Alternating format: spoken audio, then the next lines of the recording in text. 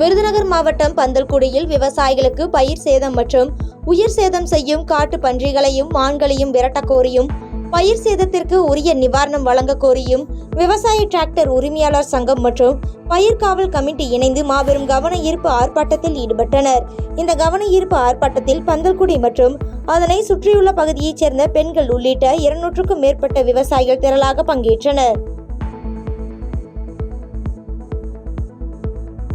மதுரை வழியாக இயக்கப்படும் கச்சகுடா நாகர்கோவில் வாராந்திர சிறப்பு ரயில் சேவை டிசம்பர் மாதம் வரை இயக்கப்படும் என ஏற்கனவே அறிவிக்கப்பட்டிருந்த நிலையில் தற்போது இந்த ரயில் சேவை மேலும் 3 மாதங்களுக்கு நீட்டிக்கப்பட்டுள்ளது. இதனால் ரயில் பயணிகள் மகிழ்ச்சி அடைந்துள்ள நிலையில் தற்பொழுது இந்த ரயில்களுக்கான பயணச்சீட்டு முன்பதிவு தற்போது நடைபெற்று வருகிறது. கத்தோலிக்க திருச்சபையின் உலக தலைவர் போப் பிரான்சிஸ் இந்த 2025ஆம் ஆண்டை கிறிஸ்து பிறப்பின் யூபிலி ஆண்டாக கொண்டாடும்படி அறிவித்துள்ள நிலையில் அதன் துவக்கமாக மதுரை கீழவாசல் CSC தேவாலயத்தில் போதகர் ராஜா ஸ்டாலின் பவனியை ஜெபம் செய்து துவக்கி வைத்தார். தொடர்ந்து திருச்சிலுவை மந்திரிக்கப்பட்ட பின்னர் திருப்பலி நிறைவேற்றப்பட்டு யூபிலி ஆண்டு துவக்கி வைக்கப்பட்டது.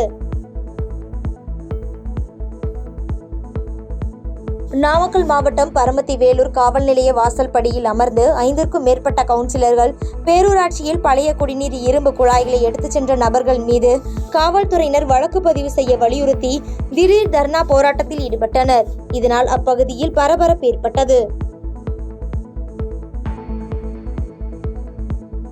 ராணிப்பேட்டை மாவட்டம் ரத்தனகிரி அடுத்த கூட்டத்தாக்கு பகுதியில் அமைந்துள்ள அரசினர் மேல்நிலைப் பள்ளியில் முன்னாள் மாணவர்கள் சந்திப்பு நிகழ்ச்சி நடைபெற்றது. இந்நிகழ்ச்சியில் கடந்த 1994, 1995ஆம் ஆண்டில் படித்த முன்னாள் மாணவ மாணவியர்கள் அனைவரும் ஒன்று திரண்டு தங்களது அனுபவங்களை வெளிப்படுத்திக் கொண்டனர்.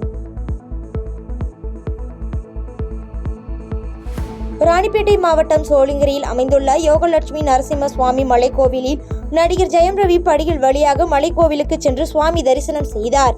பின்னர் ரோப்காரில் கீழே இறங்கி சிறிய மலை யோக ஆஞ்சநேயர் மலைக்கு சென்று சுவாமி தரிசனம் செய்தார். அப்பொழுது பொதுமக்கள் நடிகர் ஜெயம் ரவியுடன் புகைப்படம் எடுத்துக் கொண்டனர்.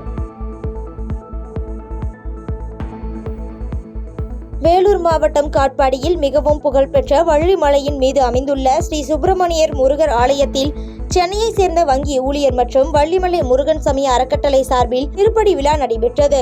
இதில் நூற்றுக்கணக்கான ஆண்களும் பெண்களும் தங்களின் வேண்டுதலை நிறைவேற்ற மலை மேல் உள்ள கோவிலுக்கு 1000 படிகளுக்கு மேல் படி ஏறி பால் குடங்களை மேளதாளங்களுடன் ஊர்வலமாக எடுத்துச் சென்று முருகர் வள்ளி தெய்வானையை தரிசனம் செய்தனர்.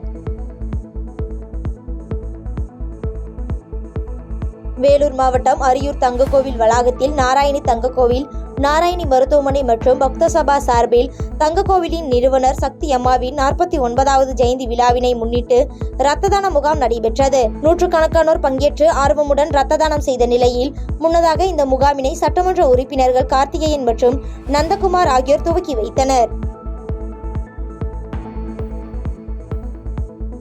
தூத்துக்குடி மாவட்டம் கோவில்பட்டி கிருஷ்ணா நகரில் உள்ள செயற்கை புல்வெளி ஹாக்கி மைதானத்தில் பாண்டவர் மங்கலம் ஹாக்கி கிளப் சார்பில் தூத்துக்குடி மாவட்ட ஹாக்கி கழக முன்னாள் தலைவர் யு ஐயாச்சாமியின் 19ஆம் ஆண்டு நினைவாக மாநில அளவிலான ஹாக்கி போட்டி நடைபெற்றது. இந்த போட்டியில் சென்னை பல்கலைக்கழக ஹாக்கி அணி வெற்றி பெற்று சாம்பியன் பட்டத்தை வென்ற நிலையில் இவர்களுக்கு முன்னாள் அமைச்சரும் கோவில்பட்டி சட்டமன்ற உறுப்பினருமான கடம்பூர் சே ராஜு சுழற்கோப்பை மற்றும் ரொக்கப்பணம் ஆகியவற்றை பரிசாக வழங்கினர்.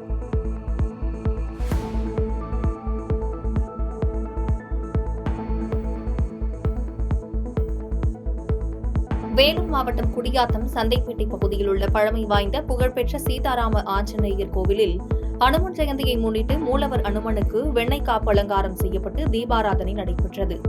மேலும் பக்தர்கள் அனைவருக்கும் அன்னதானமும் பிரசாதமும் வழங்கப்பட்டது.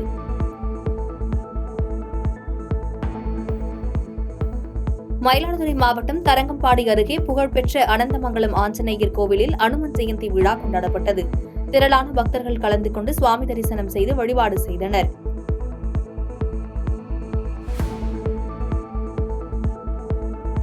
நீலகிரி மாவட்டம் உதகையில் ஆஞ்சநேயர் கோவிலில் ஸ்ரீ ஹனுமத் ஜெயந்தி மகோற்சவ திருவிழா கோலாகலமாக நடைபெற்றது. இந்த நிகழ்ச்சியை ஒட்டி 9 நாட்கள் உற்சவம் ஆரம்பம் நடைபெற்றது. புதுச்சேரி அருகே உள்ள வானூர் பஞ்சவடியில் 36 அடி உயர பஞ்சமுக ஆஞ்சநேயர் கோவிலில் அனுமன் ஜெயந்தியை முன்னிட்டு 2000 லிட்டர் பால் மற்றும் சிறப்பு திரவிய அபிஷேகம் நடைபெற்றது. இதனைத் தொடர்ந்து வெளிமாநிலங்களில் இருந்து வரவழைக்கப்பட்ட பன்னீர், சந்தனம் உள்ளிட்ட வாசனை திரவியங்கள் மற்றும் 1500 கிலோ வாசனை புஷ்பங்களை கொண்டு திருமஞ்சனம் நடைபெற்றது. மேலும் 120 கிலோ ஏலக்காய் மாலை 36 அடி உயர ஆஞ்சநேயர் சிலைக்கு அணிவிக்கப்பட்டது.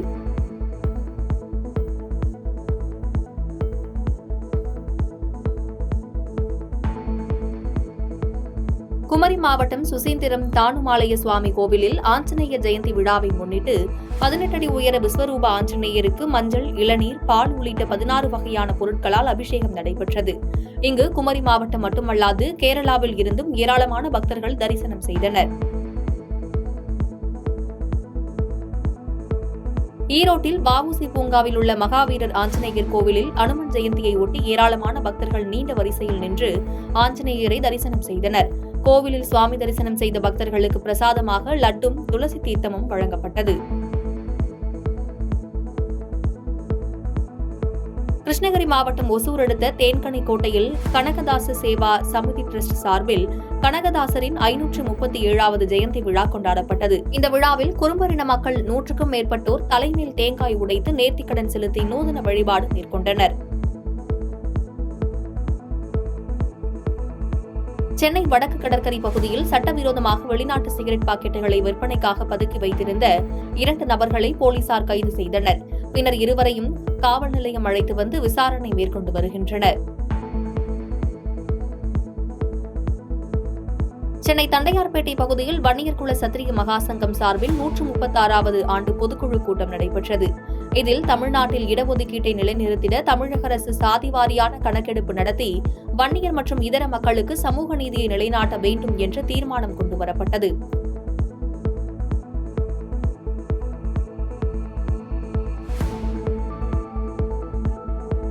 சென்னை வண்ணாரப்பேட்டை பகுதியில் தமிழக அரசால் தடை செய்யப்பட்ட லாட்டரி சீட்டுகளை விற்பனை செய்த 2 நபர்களை கைது செய்யப்பட்டுள்ளனர். கைது செய்யப்பட்டவர்களிடம் இருந்து ரூபாய் 24,600 பணமும் 5 செல்போன்கள், ஒரு இருசக்கர வாகனம், காகித லாட்டரி சீட்டுகள் ஆகியவை பறிமுதல் செய்யப்பட்டுள்ளது.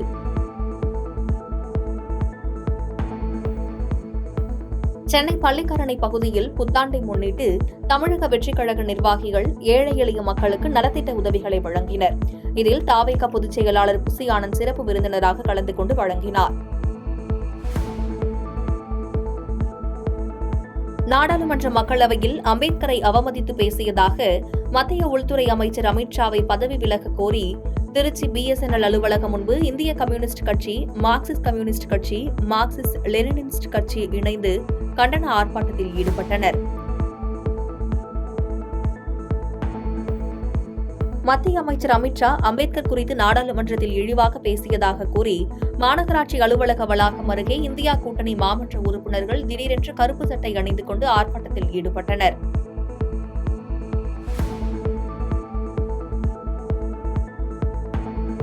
சேலம் மாவட்டம் சங்ககிரி அருகே அக்கமாப்பேட்டை விளையாட்டு மைதானத்தில் தமிழக துணை முதலமைச்சர் உதயநிதி ஸ்டாலின் பிறந்த நாளை முன்னிட்டு சங்ககிரி பேரூர் திமுக சார்பில் மாபெரும் கிரிக்கெட் விளையாட்டுப் போட்டி நடைபெற்றது. இந்த கிரிக்கெட் போட்டியில் 32 அணிகள் கலந்து கொண்டு விளையாடினர். வெற்றி பெற்ற அணியினருக்கு சேலம் மேற்கு மாவட்ட திமுக செயலாளரும் பாராளுமன்ற உறுப்பினருமான TM செல்வகணபதி பரிசுகள் மற்றும் சுழல் கோப்பைகளை வழங்கினர்.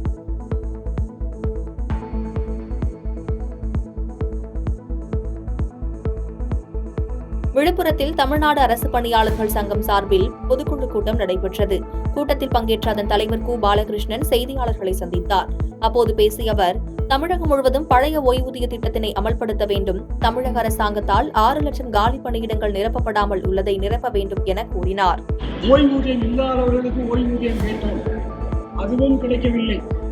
குறைந்தபட்ச ஓய்வூதியம் நிர்ணயம் செய்யப்பட வேண்டும், அதுவும் கிடைக்கவில்லை. எனவே பழைய ஓய்வூதிய திட்டம், குறைந்தபட்ச ஓய்வூதியம், அனைத்து பணியாளர்களுக்கும் ஓய்வூதியம் பாதகம் செய்பவரை கண்டால் நாம் பயங்கொள்ளலாகாது பாப்பா, மோதி மிதித்து விடு பாப்பா, அவர் முகத்தில் உமிழ்ந்து விடு பாப்பா. அண்மை செய்திகளை உடனுக்குடன் தெரிந்து கொள்ள இணைந்திருங்கள் இயம்நாடு தொலைக்காட்சியுடன்.